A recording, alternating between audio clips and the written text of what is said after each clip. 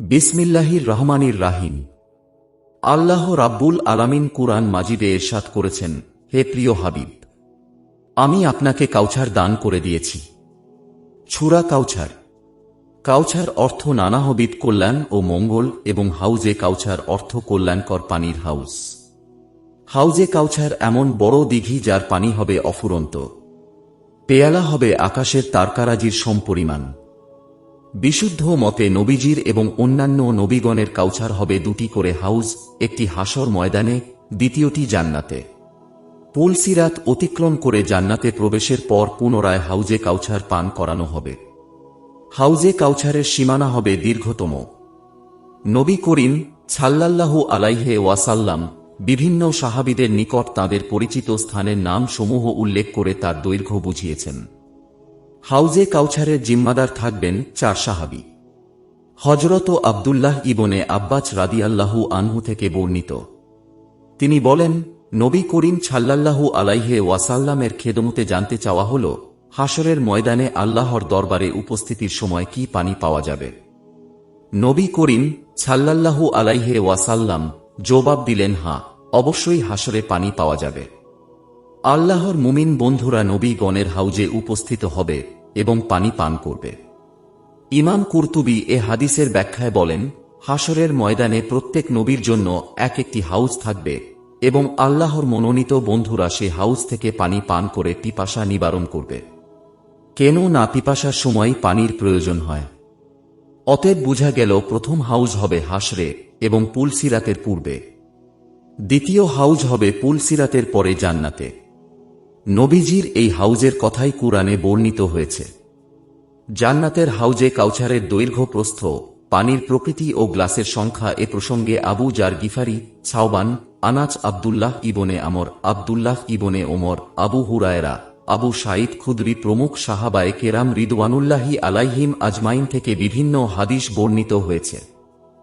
হযরত আবু যর গিফারি রাদিয়াল্লাহু আনহু হতে বর্ণিত, তিনি বলেন, আমি আরজ করলাম, ইয়া রাসূলুল্লাহ সাল্লাল্লাহু আলাইহি ওয়াসাল্লাম, আপনার হাউজে কাউছারের গ্লাসের সংখ্যা কত? হুজুর সাল্লাল্লাহু আলাইহি ওয়াসাল্লাম বললেন, আমি মুহাম্মদ সাল্লাল্লাহু আলাইহি ওয়াসাল্লাম এর প্রাণ যার হাতে সেই সত্তার শপথ করে বলছি, আমার হাউজে কাউছারের গ্লাসের সংখ্যা হবে অন্ধকার রাত্রে দৃষ্টি গ্রহ ও নক্ষত্রের সংখ্যার চেয়েও বেশি। ওই পেয়ালার পানি যারা পান করবে তারা আর কোনো দিন পিপাসিত হবে না। ওই প্রবাহিত নহরের শেষ মাথায় দুটি জান্নাতি নল দিয়ে পানি গড়িয়ে আসবে। যারা একবার পান করবে চিরদিন আর পিপাসা লাগবে না।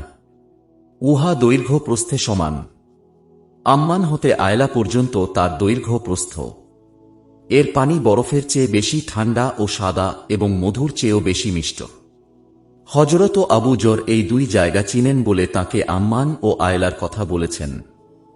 হাউজে কাউছারের দৈর্ঘ্য প্রস্থ সম্পর্কে নবী করিম সাল্লাল্লাহু আলাইহি ওয়াসাল্লাম বিভিন্ন জনের কাছে বিভিন্ন জায়গার নাম উল্লেখ করেছেন। যেমন হযরত সাওবান রাদিয়াল্লাহু আনহু বর্ণিত হাদিসে বলেছেন, মদিনা হতে আম্মান পর্যন্ত দৈর্ঘ্য প্রস্থ। হযরত আব্দুল্লাহ ইবনে আমর রাদিয়াল্লাহু আনহু বর্ণিত হাদিসে বলেছেন, আমার হাউজ 1 মাসের রাস্তার মতো দৈর্ঘ্য। হযরত আব্দুল্লাহ ইবনে ওমর রাদিয়াল্লাহু আনহু বর্ণিত হাদিসে বলেছেন, হাউজের দৈর্ঘ্য হবে সিরিয়ার জারবা হতে আজরোহ শহরদ্বয়ের মধ্যবর্তী স্থানের সমান। হযরত আবু হুরায়রা রাদিয়াল্লাহু বর্ণিত হাদিসে বলেছেন, আয়লা ও এডেনের মধ্যবর্তী স্থানের সমান। হযরত আবু সাঈদ খুদরি রাদিয়াল্লাহু আনহু বর্ণিত হাদিসে বলেছেন, কাবা ও বাইতুল মুকাদ্দাস এর মধ্যবর্তী স্থানের সমান। সব বর্ণনার মূল কথা হল, হাউজে কাউছার খুব বড় আকারের হবে, যার যার পরিচিত স্থানের দূরত্বের সমান। এই 6টি বর্ণনায় বিভিন্ন স্থানের সাথে তুলনা দিয়েছেন এজন্য যে জায়গার দূরত্ব সম্পর্কে যে সাহাবী বেশি অবহিত তার কাছে সে স্থানের উদাহরণ দিয়েছেন। এতে হাউজে কাউছারের দৈর্ঘ্য প্রস্থের একটি পরিষ্কার ধারণা পাওয়া যাচ্ছে। নবী করিম সাল্লাল্লাহু আলাইহি ওয়াসাল্লাম তো মেরাজে গিয়ে নিজ চোখে কাউছার দেখে এসেছেন। সুতরাং হুজুরের নিকট কোনো অস্পষ্টতা ছিল না। যারা হাদিস বিদ্যায় পারদর্শী নয় এমন কিছু লোকই বলেছে যে নবী করিম সাল্লাল্লাহু আলাইহি ওয়াসাল্লাম এর বর্ণনার মধ্যে সঠিক বর্ণনা প্রতিফলিত হয়নি। ইমাম মাহদির আগমন সম্পর্কে নবী করিম সাল্লাল্লাহু আলাইহি ওয়াসাল্লাম বিভিন্ন সাহাবীদের কাছে তাদের বিবেক অনুযায়ী বর্ণনা দিয়েছেন। 4 খলিফা থাকবেন হাউজে কাউছারের পানি পান করানোর দায়িত্বে। এ প্রসঙ্গে ইমাম কুরতুবী রহমতুল্লাহ গায়লানিয়াত গ্রন্থের বরাতে হযরত আনাস রাদিয়াল্লাহু আনহু কর্তৃক বর্ণিত একটি মারফু হাদিস এভাবে বর্ণনা করেছেন। হযরত আনাস রাদিয়াল্লাহু আনহু বলেন, নবী করিম সাল্লাল্লাহু আলাইহি ওয়াসাল্লাম ইরশাদ করেছেন, আমার হাউজে কাউছারের 4টি কর্নার হবে। প্রথম কর্নারে থাকবে হযরত আবু বকরের দায়িত্বে, দ্বিতীয় কর্নারে থাকবে হযরত ওমরের দায়িত্বে, তৃতীয় কর্নার থাকবে হযরত ওসমানের দায়িত্বে, চতুর্থ কর্নার থাকবে হযরত আলীর দায়িত্বে। যে ব্যক্তি আবু বকরের প্রতি ভালোবাসা পোষণ করবে কিন্তু ওমরের প্রতি শত্রু তা ভাব রাখবে, তাকে হযরত আবু বকর রাদিয়াল্লাহু আনহু পানি পান করাবেন না। যে ব্যক্তি হযরত ওমরের প্রতি মহব্বত পোষণ করে কিন্তু হযরত আবু বকরের প্রতি বিদ্বেষ ভাব পোষণ করবে, তাকে হযরত ওমর রাদিয়াল্লাহু আনহু পানি পান করাবেন না। যে ব্যক্তি হযরত ওসমানের প্রতি মহব্বত পোষণ করে কিন্তু হযরত আলীর প্রতি বিদ্বেষ ভাব রাখে, তাকে হযরত ওসমান রাদিয়াল্লাহু আনহু পানি পান করাবেন না। আর যে ব্যক্তি হযরত আলীর প্রতি মহব্বত পোষণ করে কিন্তু হযরত ওসমানের প্রতি বিদ্বেষ পোষণ করবে, তাকেও হযরত আলী রাদিয়াল্লাহু আনহু পানি পান করাবেন না। বুঝা গেল 4 খলিফা পরস্পরের প্রতি শ্রদ্ধাশীল। যে কোনো একজনের প্রতি বিদ্বেষ পোষণ করলে অন্যরা তাকে হাউজে কাউছারের পানি পান করাবেন না। সুতরাং 4 আসহাবের সকলের প্রতি মহব্বত না রাখলে পরকালে তাদের কোনই সহানুভূতি পাওয়া যাবে না। ইহা নবীজির বাণী। এক্ষেত্রে শিয়া সুন্নির প্রশ্নও নেই। প্রশ্ন হল নবীজির সুপারিশ ও হাউজে কাউছার নিয়ে। আল্লাহ আমাদেরকে খুলাফায়ে রাশেদিনের প্রতি সুবিচার ও যথাযথ মহব্বত করার তৌফিক দিন। শিয়াদের জন্য এ হাদিসখানা চরম আঘাত স্বরূপ। কেন না তারা প্রথম 3 সাহাবীকে বাতিল বলে মক্কা ত্যাগী দরিদ্র মুহাজিরগণ সর্বপ্রথম হাউজে কাউছারের পানি পান করার সুযোগ পাবে। এ প্রসঙ্গে হযরত শাওবান রাদিয়াল্লাহু আনহু থেকে একখানা হাদিস বর্ণিত হয়েছে। রাসূলুল্লাহ সাল্লাল্লাহু আলাইহি ওয়াসাল্লামের আজাদকৃত গুলাম হযরত শাওবান রাদিয়াল্লাহু আনহু থেকে ইবনে মাজাহ বর্ণনা করেছেন। হযরত শাওবান রাদিয়াল্লাহু আনহু বলেন, রাসূলে খোদা সাল্লাল্লাহু আলাইহি ওয়াসাল্লাম ইরশাদ করেছেন, আমার হাউজে কাউছারের পরিধি হবে এডেন থেকে আয়লা পর্যন্ত ইয়েমেন। উহার পানি দুধের চেয়ে সাদা, মধুর চেয়ে মিষ্টি। তার গ্লাস সমূহ হবে আকাশের তারকা রাজির সমান। যারাই উক্ত পানি পান করবে কোনো দিন আর পিপাসিত হবে না। আর আমার উক্ত হাউজে সর্বপ্রথম প্রবেশাধিকার পাবে গরিব মুহাজিরিন, যারা বাড়িঘর আত্মীয় স্বজন ছেড়ে মদিনায় হিজরত করেছেন একমাত্র আল্লাহ ও রাসূলের সন্তুষ্টির জন্য। তাদের বস্ত্র ছিল ধুলামলিন ও পুরাতন এবং মাথার চুল ছিল তৈলবিহীন উস্কো খুস্কো। তারা মদিনায় গিয়ে কোনো ধনবতী মহিলাকে বিবাহ করতে পারেনি, আর কোনো ধনাঢ্য ব্যক্তির দরজাও তাদের জন্য খোলা ছিল না। এত কষ্ট করেছেন তারা। হযরত শাওবান রাদিয়াল্লাহু আনহু বলেন, এ কথা শুনে হযরত ওমর রাদিয়াল্লাহু আনহু কেঁদে ফেললেন। তার চোখের পানিতে দাঁড়ি ভিজে গেল। তিনি বললেন, আমি ধনবতী মহিলাকে বিবাহ করেছি এবং ধনাঢ্য ব্যক্তিদের দরজাও আমার জন্য খোলা। তাহলে অবশ্যই আমি আমার শরীরের কাপড় চোপড় আর ধৌত করব না যে পর্যন্ত না তা ছিঁড়ে যায়, আর মাথায় তৈলও মালিশ করব না যাতে উস্কো খুস্কো হয়ে যায়। গরিব মুহাজিরদের ফজিলত শুনে হযরত ওমর ওই ফজিলত পাওয়ার জন্যই এই আরজ প্রকাশ করেছিলেন।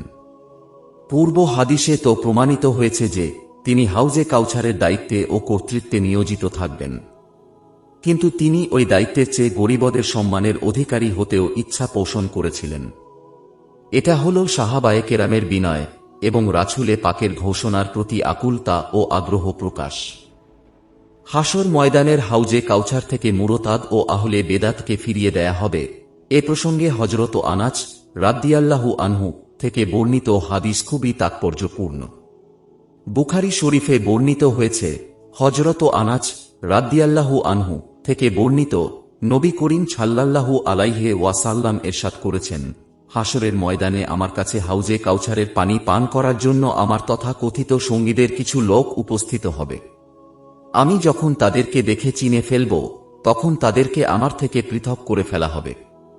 আমি বলবো, এরা তো একদিন আমার সাথী ছিল। আমাকে বলা হবে, আপনি জানেন না তারা আপনার পরে কি কি নতুন জিনিস চালু করেছিল। ওরা ছিল ধর্মত্যাগী ও ভ্রান্ত খারেজি দল। হযরত আবু হুরায়রা রাদিয়াল্লাহু আনহু হতে বর্ণিত, তিনি সব সময় বলতেন যে রাসূলে করিম সাল্লাল্লাহু আলাইহি ওয়াসাল্লাম ইরশাদ করেছেন, হাসরের ময়দানে একদল লোক আমার হাউজে কাউসারের কাছে এসে উপস্থিত হবে, কিন্তু তাদেরকে হাউজে কাউসার থেকে তাড়িয়ে দেয়া হবে। আমি এ অবস্থা দেখে বলবো, হে আল্লাহ, এরা তো একসময় আমার সঙ্গী ছিল। আল্লাহ পাক বলবেন, আপনার কি এ বিষয়ে জানা নেই যে এরা আপনার পরে কি কি নতুন জিনিস উদ্ভাবন করেছিল? এরা ধর্মত্যাগ করে উল্টা পায়ে ফিরে গিয়েছিল। হযরত আবু হুরায়রা রাদিয়াল্লাহু আনহু এর হাদিসখানা 5 নম্বরে বর্ণিত। হযরত আনাস রাদিয়াল্লাহু আনহু থেকে বর্ণিত হাদিসের ব্যাখ্যা স্বরূপ। হযরত আনাস রাদিয়াল্লাহু আনহু হাদিসে শুধু নতুন জিনিস বেদাত প্রচলনের কথা উল্লেখ আছে। আর হযরত আবু হুরায়রা রাদিয়াল্লাহু আনহু অত্র হাদিস তার ব্যাখ্যা দিচ্ছে এভাবে যে এরা ছিল মুসায়লামাতুল কাজ্জাব ও তার অনুসারী বনি তামিমের একদল ধর্মত্যাগী। নবীজির ইন্তিকালের সাথে সাথে মুসায়লামা তার নবুয়াত দাবি নিয়ে ধর্মত্যাগ করে বিদ্রোহী হয়ে ওঠে। হযরত আবু বকর রাদিয়াল্লাহু আনহু জঙ্গে ইয়ামামার যুদ্ধে শক্ত হাতে তাদেরকে হত্যা করেন এবং বাকিদের পুনরায় ইসলামে দীক্ষিত করেন। আর খারেজিরা হযরত আলী রাদিয়াল্লাহু আনহু এর যুগে সৃষ্টি হয়ে বেদাতি আকীদা প্রচলন করে সাহাবীগণকে কাফির বলে ফতোয়া দিয়েছিল। তারা হযরত আলী রাদিয়াল্লাহু আনহু কে কাফের ফতোয়া দিয়ে শহীদ করেছে। এরা যেহেতু প্রথম দিকে রাসূলের সাথে ছিল, সে কারণে তিনি তাদেরকে আসহাবী বা আমার কথিত সঙ্গী বলে উল্লেখ করবেন। এটা তাদের জন্য নবীজির সুপারিশ নয়, বরং অপদস্থ করার কৌশল মাত্র। সুতরাং বেদাতি বলতে খারেজি ও মুরতাদদেরকেই বুঝানো হয়েছে। বর্তমান ওহাবিরা আনাচ বর্ণিত হাদিসের অপব্যাখ্যা করে ওই হাদিসকে সুন্নিদের ক্ষেত্রে প্রয়োগ করে। এটা তাদের মন গড়া ব্যাখ্যা। সুন্নিগণ বেদাতি নয়, বরং ওহাবি খারেজিরাই প্রকৃত বেদাতি। তারা খারেজি বেদাতি দল ও আকীদা বানিয়েছে। আমলি বেদাতিকে বলা হয় ফাচিক। সুন্নিরা বেদাতি নয়। আল্লাহ সর্বজ্ঞাত। অত্র হাদিসে বলতে কাকে বোঝানো হয়েছে তা পরিষ্কার বলে দেয়া হয়েছে। নবী করিম সাল্লাল্লাহু আলাইহি ওয়াসাল্লাম ইরশাদ করেন, হাসরের ময়দানে আমার হাউজে কাউসারে আমার তথাকথিত কিছু উম্মত উপস্থিত হবে। আমি কিছু লোককে তাদেরকে হাউজ হতে এভাবে হটিয়ে দেব, যেমন একজন উটের মালিক নিজ উট হতে অন্যদের উট হটিয়ে দেয়। উপস্থিত সাহাবায়ে কেরাম এ কথা শুনে আরজ করলেন, ইয়া রাসূলুল্লাহ, তাহলে আপনি আমাদেরকে কিভাবে চিনবেন? নবী করিম সাল্লাল্লাহু আলাইহি ওয়াসাল্লাম বললেন, তোমাদেরকে চিনব তোমাদের একটি খাস নিশানি দেখে। ওই প্রতীক তোমাদের ছাড়া অন্য কারো থাকবে না। তা হল তোমাদের হাতে পায়ে মুখে ও কপালে অজুর কারণে উজ্জ্বল চিহ্ন হবে। আর অন্য একদলকে আমার নিকট আসতে বাধা দেয়া হবে। তারা আমার কাছে আসতে পারবে না। আমি বলবো, এরা তো একদিন আমার কথিত সঙ্গী ছিল। তখন এক ফেরেশতা জবাব দিয়ে বলবে, আপনি কি জানেন? নিশ্চয়ই জানেন। এরা আপনার পরে ধর্মের মধ্যে কি কি নতুন জিনিস আকীদা ঢুকিয়েছে। অত্র হাদিসে দ্বারা বোঝা যাচ্ছে যে ওই সমস্ত লোক ছিল পূর্বে মুসলমান ও হুজুরের সঙ্গী, পরে হয়ে গেছে মুরতাদ ধর্মদ্রোহী খারেজি শিয়া। এদের ব্যাপারেই এই হাদিসটি বর্ণিত। যেমন বলা হয়, আপনি কি দেখেননি আপনার রব হাতিওয়ালাদের সাথে কি ঘটনা ঘটিয়েছিলেন? এর উদ্দেশ্য হল ভালোভাবে জানা ও দেখার স্বীকৃতি। নবী করিম সাল্লাল্লাহু আলাইহি ওয়াসাল্লাম মাতৃগর্ভে থেকেই আবরাহার ধ্বংসের চিত্র দেখেছিলেন। সূরা ফিলের মধ্যে এদিকে ইঙ্গিত করেই আল্লাহ পাক বলেছেন, আপনি কি দেখেননি? অর্থাৎ অবশ্যই দেখেছেন। বাহ্যিকভাবে প্রশ্ন হলেও প্রকৃতপক্ষে স্বীকৃতি বোঝা যায়।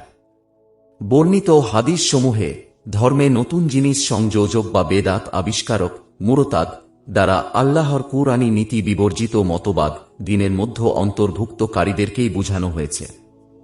যেমন মুসায়লামা জাকাত অস্বীকারী খারেজি ও শিয়া সম্প্রদায়। তারা প্রথমে নবীজির সঙ্গী ছিল, পরে নিত্যনতুন বাতিল মতবাদ সৃষ্টি করে ইসলামের মূল ধারা থেকে বিচ্ছিন্ন হয়েছে। এজন্য হযরত আবু বকর রাদিয়াল্লাহু আনহু এবং হযরত আলী রাদিয়াল্লাহু আনহু তাদের বিরুদ্ধে যুদ্ধ ঘোষণা করে তাদেরকে হত্যা করেছিলেন। হাদিসে এদের প্রতি ইঙ্গিত করেই নবীজি ইরশাদ করেছেন, এদেরকে হাসরের ময়দানে হাউজে কাউছারের কাছে ঘেঁষতে দেয়া হবে না, এরা হবে বিতাড়িত। উল্লেখ্য, দিনের প্রয়োজনে যেসব ভালো উদ্যোগ নেওয়া হয়েছে তা অত্র হাদিসের অন্তর্ভুক্ত নয়। ইমাম কুরতুবী বলেন, আরও পরবর্তী যুগে আগত রাফেজি, মুতাজিলা ও অন্যান্য 72 বাতিল ফেকার লোক এরা হবে হাউজে কাউছার থেকে বিতাড়িত লোক। অনুরূপ যারা অন্যায় ও জুলুম করেছে, কবিরা গুনাহে লিপ্ত হয়েছে, লুণ্ঠন, হত্যা ইত্যাদি গুনাহ করেছে, তারাও হাউজে কাউছারের কাছে ঘেঁষতে পারবে না। তারা সবাই প্রথমে জাহান্নামে প্রবেশ করবে। তন্মধ্যে যারা আমলের ক্ষেত্রে সুন্নাতের পরিপন্থী আমল চালু করেছিল তারা শাস্তি ভোগ করার পর মুক্তি পাবে, কিন্তু যারা আকীদা পরিবর্তন করেছে তাদের বেলায় আল্লাহর ইচ্ছা যখন হবে তখন তারা মাফ পেতে পারে, নবীজির সুপারিশক্রমে নয়। তাদের জন্য সুপারিশ করা হবে না। জান্নাতে 4টি নহর দিয়ে 4 প্রকার নেয়ামত এসে নবীজির হাউজে কাউছারে পড়বে বলে 26 পারা সূরা মুহাম্মদ সাল্লাল্লাহু আলাইহি ওয়াসাল্লাম এ বর্ণিত হয়েছে।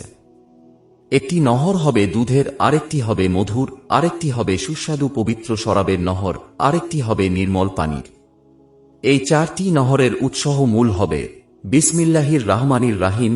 এর মধ্যে 4টি শব্দের শেষের 4 হরফ থেকে, অর্থাৎ বিসমিল্লাহ শব্দের শেষের মিম, আল্লাহ শব্দের শেষের হা, রাহমান শব্দের শেষের নুন এবং রাহিম শব্দের শেষের মিম। এই 4টি হরফ থেকে 4টি নহর বের হয়ে হাউজে কাউছারে পতিত হবে। মেরাজ রজনীতে জিব্রাইল আলাইহিস সালাম নবীজিকে জান্নাতে ঘুরিয়ে ফিরিয়ে হাউজে কাউছারের উৎসমূল 4 প্রকার পানীয় পান করার পাত্রসমূহ, হাউজে কাউছারের মূল্যবান পাথরসমূহ ও গ্লাসসমূহ সবকিছু দেখিয়েছিলেন। নবীজি সাল্লাল্লাহু আলাইহি ওয়াসাল্লাম বলেছেন, যারা প্রত্যেক ভালো কাজে নিয়ত করে বিসমিল্লাহির রাহমানির রাহিম পড়বে তাদেরকে ওই 4 নহরের পানি, দুধ, মধু ও পবিত্র শরাব পান করানো হবে। এছাড়াও অন্যান্য নহরের ভিন্ন ভিন্ন নাম রয়েছে। যেমন একটি নহরের নাম হবে রজবু। যারা রজবের চাঁদের 27 তারিখ নফল রোজা রাখবে তাদেরকে ওই রজব নহরের পানি পান করানো হবে, যার স্বাদ হবে মধুর চেয়ে বেশি মিষ্ট, রং হবে দুধের চেয়ে বেশি সাদা এবং শীতল হবে বরফের চেয়েও বেশি। হে আল্লাহ, আমাদেরকে উক্ত নহরের উপযুক্ত বানাও, নবীজির সুন্নাত ও নফলের উপর বেশি বেশি আমল করার তৌফিক দাও এবং প্রত্যেক সুন্নাতকে মনে প্রাণে গ্রহণ করে তাকে প্রাণের চেয়েও বেশি ভালোবাসার তৌফিক দাও। আর যারা নবীজিকে বড় ভাই বা সম পর্যায়ের মনে করে সেসব বেদ্দিন আলেমের পুস্তকাদিকে ঘৃণা করার শক্তি দাও। নবীজির শানে যারাই সামান্য বেয়াদবি মূলক উক্তি করেছে তাদেরকে মনে প্রাণে ঘৃণা করার তৌফিক দাও, কেননা নবীজির দুশমনকে ঘৃণা করাও ঈমানের অঙ্গ। সূরা মুজাদালাহ। আল্লাহ পাক কুরআন মাজিদে নবীজির প্রতি মহব্বতকে যেমন ফরজ করেছেন, তদ্রূপ নবী বিদ্বেষীদের প্রতি কঠোরতা অবলম্বন করাও ফরজ করে দিয়েছেন। বিশেষ করে নবীর দুশমনদের প্রতি কঠোরতা অবলম্বনকারীকে আল্লাহ 4টি পুরস্কারে ভূষিত করবেন। 1. তাদের অন্তরে ঈমানের সিলমোহর মেরে দিবেন স্বয়ং আল্লাহ। 2. জিব্রাইল আলাইহিস সালাম সদা সর্বদা তাদের সাহায্য করবেন। 3. জান্নাতে চিরদিন তারা স্থায়ী হবে। 4. তারা হবেন রাদিয়াল্লাহু আনহু এবং হিজবুল্লাহ। সূরা মুজাদালাহ শেষ আয়াত। তারা সাহাবী হন অথবা সাধারণ মুমিন হন, সবার জন্য একই হুকুম। তারা রাদিয়াল্লাহু আনহু এবং প্রকৃত হিজবুল্লাহ। তাই এসব আশেকদের নামের পরে সমস্ত মুহাদ্দিসিন ও মুফাসসিরিনগণ রাদিয়াল্লাহু আনহু লিখে গেছেন। যেমন 4 মাযহাবের 4 ইমাম, 4 তরিকার 4 ইমাম ও অন্যান্য হাক্কানি আলেম উলামা ও পীর মাখায়েক গণের নামের পূর্বে রাদিয়াল্লাহু আনহু বলা অত্র আয়াত দ্বারাই প্রমাণিত। কারা কারা রাদিয়াল্লাহু আনহু, কার কার নামে রাদিয়াল্লাহু আনহু ব্যবহার করা যাবে? আল্লাহ পাক 4 শ্রেণীর লোককে রাদিয়াল্লাহু আনহু টাইটেল দিয়েছেন। 1. সাহাবায়ে কেরামকে সূরা হুজুরাত। 2. আল্লাহ ভীরু আউলিয়ায়ে কেরামকে সূরা বাইনাহ শেষ আয়াতে। 3. মুমিনে কামিলকে সূরা বাইনাহ। 4. নবীর দুশমনদের প্রতি কঠোরতা অবলম্বনকারী এবং তাদের হত্যাকারীদেরকে সূরা মুজাদালাহ ২৮ পারা দেখুন বিভিন্ন তাফসীর গ্রন্থ। সুতরাং সাহাবায়ে কেরাম হলেন ১ নং রাদিয়াল্লাহু আনহু, অলি আউলিয়াগণ হচ্ছেন ২ নং রাদিয়াল্লাহু আনহু, মুমিনে কামিলগণ হচ্ছেন ৩ নং রাদিয়াল্লাহু আনহু এবং নবী প্রেমিকগণ হলেন ৪ নং ও বিশেষ রাদিয়াল্লাহু আনহু। এই তাহকিক অনেকেই জানেন না বলে সাহাবী ছাড়া অন্য কাউকে রাদিয়াল্লাহু আনহু বললে তারা খেপে যান। এটা এক প্রকার গেওরামি ও জিহালত। বিবি হাওয়া ও বিবি মরিয়ম নবী না হয়েও তাদের নামের সাথে আলাইহিস সালাম ব্যবহার করা হয়। ইমাম মাহাদি নবী না হয়েও তাঁর নামের সাথে মাহাদি আলাইহিস সালাম বলা হয়। কেউ কোনো দিন তাঁদেরকে রহমতুল্লাহ বলেননি বা কোনো কিতাবেও লেখা নেই। আল্লাহ সর্বজ্ঞাত।